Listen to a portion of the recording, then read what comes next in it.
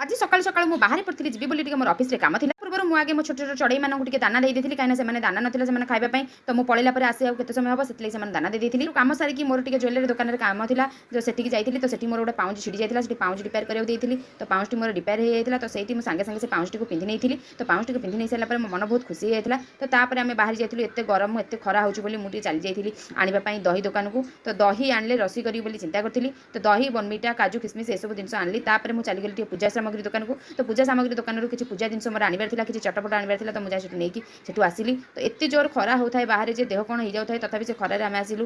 ଘରେ ଆସିକି ମୁଁ ପହଞ୍ଚିଲି ମୁଁ ଆପଣମାନଙ୍କୁ ଦେଖାଇ ଦେଉଛି ମୁଁ ଚଟ ଦହି ଏସବୁ ଜିନିଷ ଆଣିକି ଆସିଲି। ସାଙ୍ଗେ ସାଙ୍ଗେ ଲାଗି ପଡ଼ିଲି ମୁଁ ମୋର ଲସି କରିବାରେ। ତ ଲସି କରିବା ପାଇଁ ଆମେ 3 ଜଣଙ୍କ ପାଇଁ ଆମେ ଲସି ତିଆରି କରିଦେଲୁ। ଲସିରେ ଛେନାର ଆବଶ୍ୟକତା ଥାଏ ତ ଘରେ ମୁଁ ଛେନା କଲି। ତାପରେ ଲସି ପାଇଁ ମୋ ସ୍ୱାମୀଙ୍କୁ ବସାଇଥିଲି ମୁଁ ଆପଣମାନେ ନଡ଼ିଆ କରନ୍ତୁ ମୁଁ ମୋର ଲସି କରିବି। ତ ଲସି ପାଇଁ 3ଟି ଲସି ରେଡ଼ି ହେଇଗଲା। ତା ଦେହରେ ଏଇଖିଣା କାଜୁ ଆଉ ରାବିଡ଼ି ଆଉ କିସମିସ୍ ଯାହା ସବୁ ଆଣିଥିଲି ସେସବୁ ଜିନିଷ ସବୁ ପକାଇ ଲସିଟିକୁ ରେଡ଼ି କରିଦେଲି। ଲସି ଏତେ 3 ଗ୍ଲାସ୍ ଲସି ହେଲା। ତ ଲସିଟି ମୋର କରିବାର ପ୍ରିପାରେସନଟା ଆପଣମାନେ ଦେଖନ୍ତୁ କେତେ ସୁନ୍ଦର ଭାବେ ଲସିଟି ମୁଁ ତିଆରି କରି ତାପରେ ଟିକେ ବନମିଟା ଦେଇଦେଲି। ତାପରେ ଆପଣ ଦେଖନ୍ତୁ ଲସିଟି କେମିତି ତାପରେ ମୁଁ ଆରାମରେ ପିଇଲି। ଆପଣଙ୍କୁ ଭିଡ଼ିଓଟି ଭଲ ଲାଗେ ଲାଇକ୍ ସେୟାର କମେଣ୍ଟ